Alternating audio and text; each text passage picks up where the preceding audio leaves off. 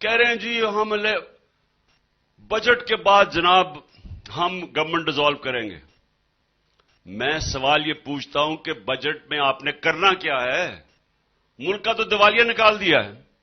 تو بجٹ میں کون سا آپ نے کوئی جادو کرنا ہے کہ یہ ملک اس تباہی سے نکلے گا؟ یہ صرف اور صرف کوشش ہے کہ کسی طرح لمبا کھینچا جائے اور الیکشن نہ ہو. اور یہ دھوکہ ہے، کیونکہ اگر ان کو ملک کی فکر ہے اور یہ چاہتے ہیں کہ ایک ہی ٹائم پہ الیکشن ہو تو اناؤنس کر دیں. مئی کے پہلے ہفتے میں الیکشن اناؤنس کر دیں، ایک ہی وقت پہ الیکشن ہو جائے گا. لیکن یہ ان کی نیت نہیں ہے. ان کی نیت یہ ہے کہ الیکشن تب ہو جب وہی لنڈن پلان کے اوپر پورا عمل ہو جو شیورٹیز دی گئی تھی نواز شریف کو کہ فکر نہ کرے تحریک انصاف کرش ہو جائے گی، عمران خان کو جیل میں ڈالیں گے یا دنیا سے فارغ کر دیں گے اور پھر وہ نواز شریف آئے گا یہاں الیکشن لڑنے کے لیے. سارے کیسز بھی معاف ہو جائیں گے اس کے. ابھی بھی ان کے نون لیگ کے لوگ کہہ رہے ہیں جی اس کے کیسز معاف کر دو. کس قانون کے تحت؟ اس کو سپریم کورٹ نے کنوکٹ کیا ہوا ہے. کس قانون، کون سی شک ہے قانون کی کہ جناب وہ آئے گا بات جو جھوٹ بول کے باہر بھاگا ہوا ہے؟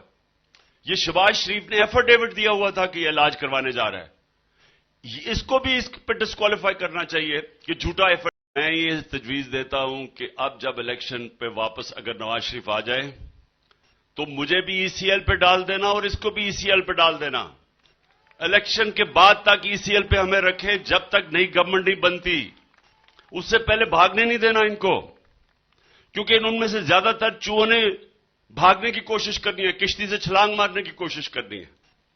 ان کو خوف الیکشن سے اور پاکستان کی عوام سے ہے. تو آج زمان پاک کے جتنے میرے کارکن یہاں آئے ہوئے ہیں، میں آج پھر آپ سب کو خوش آمدید کہتا ہوں. کل ہمارا فیصلہ ہو جائے گا. یہ جو مذاکرات ہو رہے ہیں مجھے امید ہے کہ کل تک دودھ کا دودھ پانی کا پانی ہو جائے گا اور اس پہ پھر ہم اپنا لائے عمل طے کریں گے. تو میں آج یہ اپنی سارے کارکنوں کو، پاکستان کی عوام کو کہنا چاہتا ہوں کہ اگر انہوں نے سپریم کورٹ اور پاکستان کے آئین کی خلاف ورزی کی تو ساری قوم نے اپنے سپریم کورٹ اور پاکستان کے آئین کے ساتھ کھڑے ہونا ہے.